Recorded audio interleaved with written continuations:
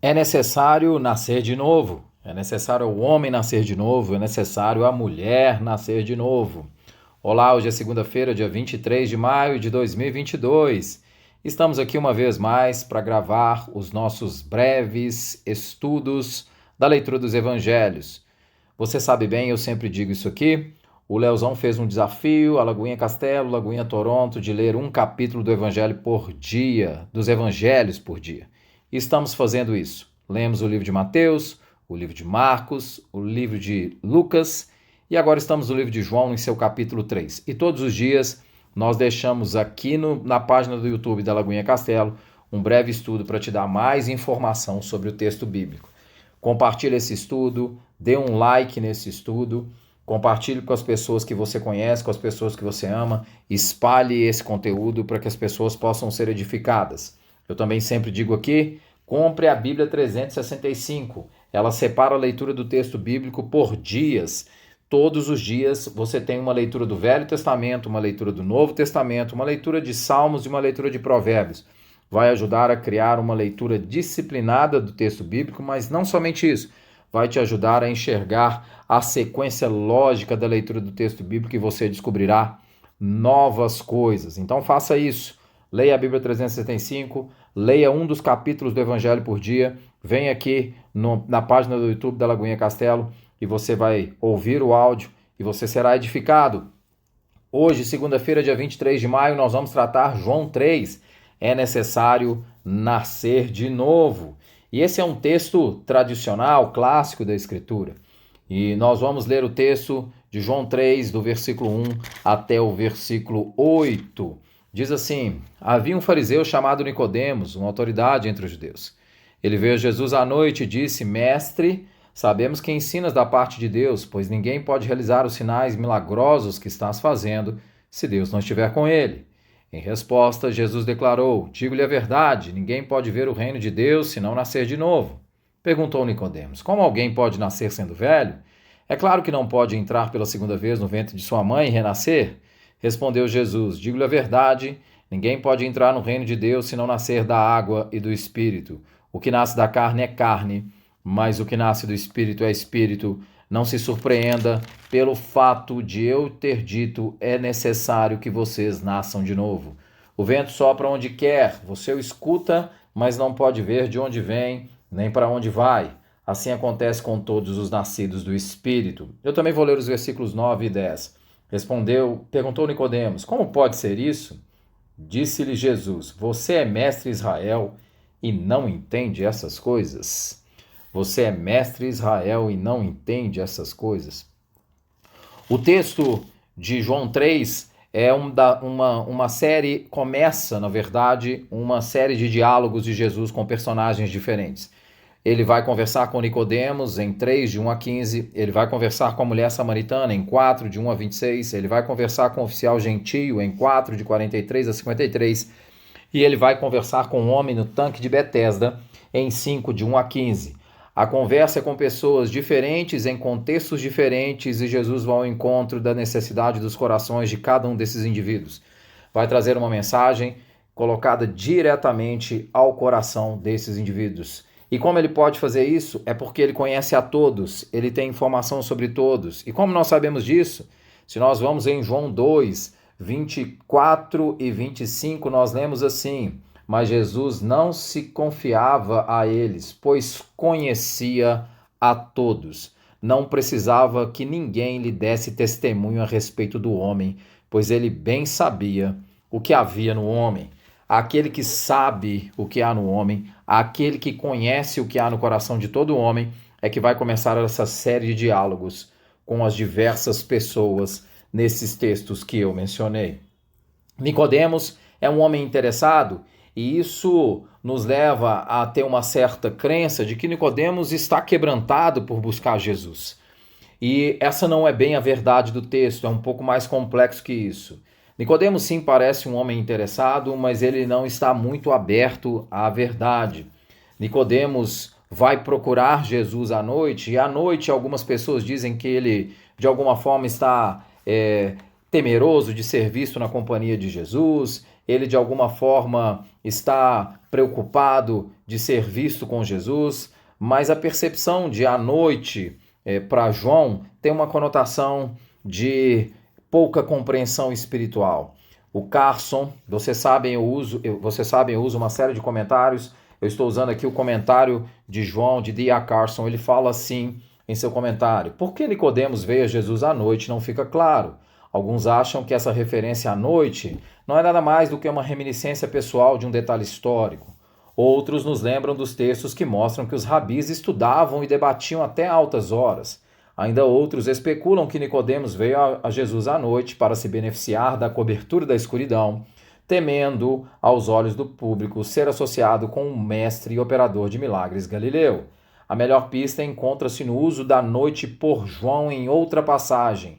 Em cada instância, 3:2, 9:4, 11:10 e 13:30, utiliza-se a palavra ou metaforicamente para a escuridão moral e espiritual, ou para se referir às horas escuras da noite, e ela tem o mesmo simbolismo moral e espiritual. Sem dúvida, Nicodemos se aproximou de Jesus à noite, mas sua própria noite era mais escura do que ele pensava. Nicodemos se aproximou de Jesus à noite, mas a sua noite era mais escura do que ele pensava. Ao chamar Jesus de mestre, parece que há em Nicodemos um certo respeito com a pessoa de Jesus, mas ele verdadeiramente não reconhece Jesus como um profeta e não reconhece Jesus como Messias. Ele reconhece, para Nicodemos, Jesus é um mestre dotado de algum poder, porque ele enxerga Jesus fazendo alguns milagres. Nicodemos é um curioso, mas não uma pessoa convencida de que Jesus é o Messias. Sequer é uma pessoa convencida de que Jesus é um profeta. Isso já nos leva ao nosso primeiro aprendizado. Grande parte da nossa experiência com Jesus não é uma experiência de um relacionamento com aquele que é o Messias, o dono de todas as coisas, aquele que estabelece um reino. É uma experiência com alguém que a gente reconhece como um bom mestre, como alguém que pode trazer alguns conselhos para a nossa vida. Mas Jesus não veio trazer conselho, Jesus veio trazer o Evangelho. E o Evangelho tanto liberta quanto condena, como diz o James Edwards, quando a gente estava estudando tanto os evangelhos de Marcos quanto o evangelho de Lucas. Portanto, a pergunta de Jesus, de Nicodemos para Jesus, não é uma pergunta de alguém muito respeitoso. Ele fala assim: mestre, sabemos que ensinas da parte de Deus, pois ninguém pode realizar os sinais milagrosos que estás fazendo se Deus não está com ele. No fundo, Nicodemos, de alguma forma, está fazendo a pergunta para Jesus: quem é você? Porque ele não consegue reconhecê-lo. Sabemos que é mestre da parte de Deus. De alguma forma, ao usar o plural, Nicodemos pode estar se escondendo ou pode de alguma forma estar representando um grupo de pessoas que, como ele, mestres da lei, têm alguma convicção de que Jesus está fazendo alguns milagres e que de alguma forma Deus está com ele. Mas, no fundo, Nicodemos está avaliando Jesus. Assim como diversos fariseus avaliaram Jesus, Nicodemos está fazendo uma avaliação de Jesus. E a forma de Jesus tratar a avaliação de Nicodemos é um incisivo questionamento à sua capacidade de discernir sobre coisas espirituais. A forma como Jesus responde à pergunta de Nicodemos não difere muito da forma como ele responde a outros fariseus. Ao invés de dizer quem ele é, ele questiona a capacidade moral dessas pessoas de discernirem o que é espiritual. Quando Jesus faz a pergunta, quando Nicodemos faz a pergunta, ao invés de Jesus responder, ele diz no versículo 3, em resposta Jesus declarou: digo-lhe a verdade, ninguém pode ver o reino de Deus se não nascer de novo. Em outras palavras, Nicodemos, você precisa nascer de novo. Você não está apto a entender coisas espirituais. Somente é possível compreender coisas espirituais quando se é nascido de novo.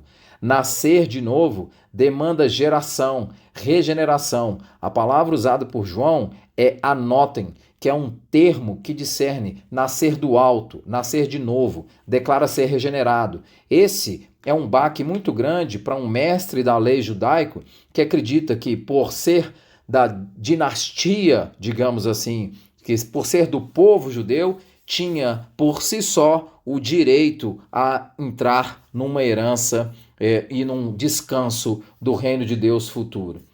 Se um homem, e o que Jesus está dizendo é, se um homem do calibre de Nicodemos, mestre da lei, não pode ser considerado nascido de novo, como que a salvação pode ser alcançada por essas vias? Em outras palavras, como que a salvação pode ser alcançada por alguém que acredita que executa boas obras, que executa a lei, que cumpre a lei, que é religioso? Jesus está literalmente confrontando Nicodemos e a sua religiosidade, confrontando Nicodemos e o seu status, confrontando Nicodemos e a sua posição de acreditar que ele tem, pela sua posição, pelo seu status, o direito à salvação, que a sua aderência a normas religiosas, por ser um mestre da lei, o garante a ele uma posição no reino.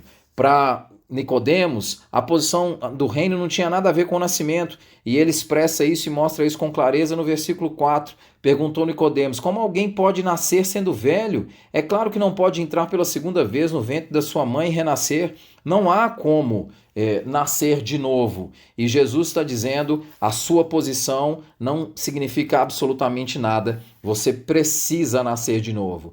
Me faz na obrigação de ler outro trecho do livro do Carson, que diz assim: embora a construção pela plena, nascer da água e do Espírito, não se encontre no Antigo Testamento, os ingredientes estão lá. Em uma esfera menor, a ideia de que Israel, a comunidade da aliança, era apropriadamente chamada Filho de Deus, fornece-nos pelo menos um pequeno pano de fundo para potencial para a noção de Deus gerando o povo, o bastante para capacitar Nicodemos a entender que Jesus estava proclamando a chegada dos tempos escatológicos, quando os homens seriam filhos de Deus. Muito mais importante é o pano de fundo do Antigo Testamento para a água e espírito. O espírito é constantemente o princípio da vida de Deus, mesmo na criação, Gênesis 2:7, Gênesis 6:3, Jó 34:14. Mas muitos escritores do Antigo Testamento esperam por um tempo em que o Espírito de Deus será derramado sobre a humanidade, Joel 2:28. E o resultado disso é que haverá bênção e justiça, Isaías 32:15-20, Isaías 44:3, Ezequiel 39:29. E renovação interior que purifica o povo da aliança de Deus, de sua idolatria e desobediência, Ezequiel 11:19-20, Ezequiel 36:26-27. Quando a água é usada figurativamente no Antigo Testamento, habitualmente se refere à renovação ou purificação, especialmente quando encontrada em conjunção com o Espírito. O que Jesus está dizendo para Nicodemos é que você precisa ser renovado, você precisa ser nascido da água e do Espírito. Esse estudo já está se alongando, como eu disse, ele era complexo, mas você pode dizer daí: mas eu já sei disso. Ninguém sabe disso se a vida não frutifica. Jesus vai dizer no versículo 8, o vento sopra onde quer, você o escuta, mas não pode dizer de onde vem nem para onde vai. Acontece com todos os nascidos do Espírito.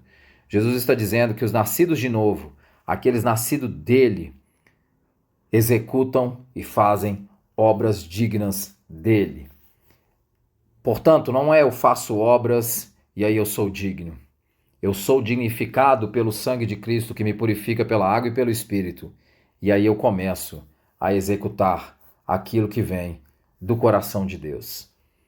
Nós precisamos nascer de novo. Nós precisamos nascer de novo. E se a nossa vida não mostra frutos dignos de arrependimento, nós ainda precisamos nascer de novo. Que Deus nos abençoe.